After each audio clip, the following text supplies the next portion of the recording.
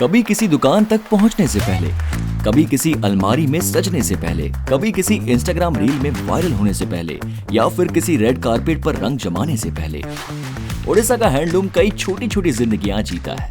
अपने सांचों में, अपने रंगों में, उन हाथों में जो धागों को सिर्फ कपड़ा नहीं पहचान बनाते हैं। यह तेज चलती दुनिया में चलने वाली एक धीमी मगर गहरी कला, और आज ये कला ओडिशा की पहचान बन चुकी है। ये कहानी है ओडिशा के अनमोल खजाने की, जिसका एक सबसे चमकता हिस्सा है नुआपटना इक्कत। जगन्नाथ जो पुरी धाम है, उनके लिए जो खंडुआ पाठ है, गीत गोविंद है, वहीं पे बना कर जाते हैं।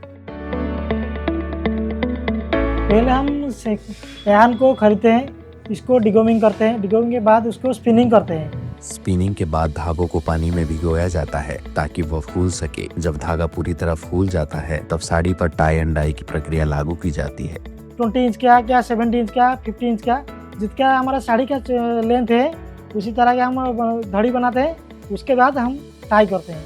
जो डिजाइन हमारा मोटिव होता है उसको हम धड़ी में बनाते हैं। कौन सा कलर कौन सा डिजाइन में देंगे वो डाइंग में हम बनाते हैं। पॉलीथीन का टुकड़े से, प्लास्टिक का, उससे बांध के पूरे यार्न को छिपा देंगे।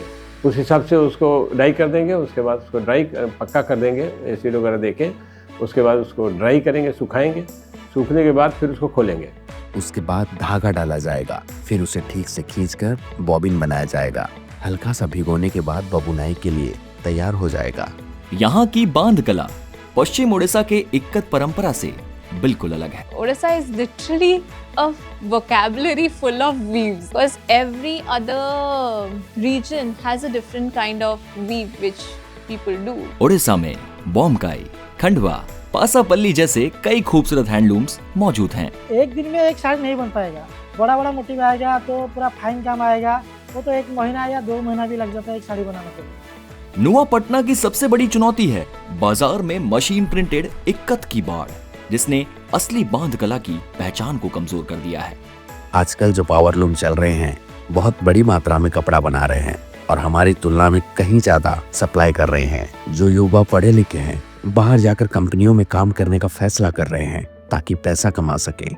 ये लोग अब शायद इसे जारी नहीं रखेंगे। पढ़े लिखे लोग तो अपना भविष्य देखेंगे, यहाँ ये कैसे टिकेंगे और अपना पेट कैसे भरेंगे।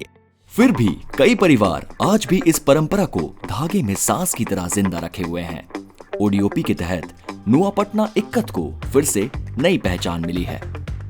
ओडीओपी की मदद से बाहरी लोग हमारे काम और हमारे डिजाइनों को ऑनलाइन प्लेटफॉर्म के जरिए जान पाएंगे, और अगर हमें बाहर से ऑर्डर मिलेंगे तो हम थोड़ा ज्यादा मुनाफा कमा सकेंगे।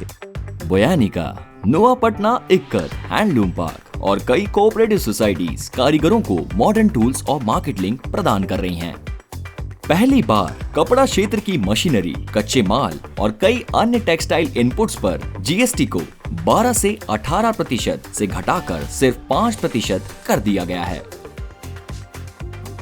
भारत के कपड़ा उद्योग के लिए ये जीएसटी सुधार सिर्फ एक टैक्स बदलाव नहीं बल्कि एक आर्थिक पुनर्जीवन है। सरकार ने कुछ लोगों के लिए घर की व्यवस्था की है। हमें सोलर बिजली की सुविधा भी मिली है और इन्वर्टर की सुविधा भी दी गई है।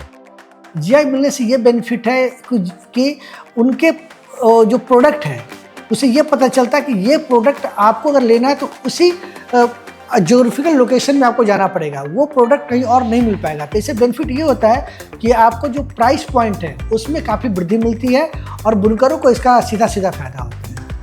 नुआपटना इक्कत के कारीगरों को आज ओडीओपी और सरकार द्वारा मिला प्रोत्साहन दुनिया में भारत की पहचान बना रहा है, जहां अपने कौशल से इन कारीगरों ने दुनिया को भारत से जोड़ा है।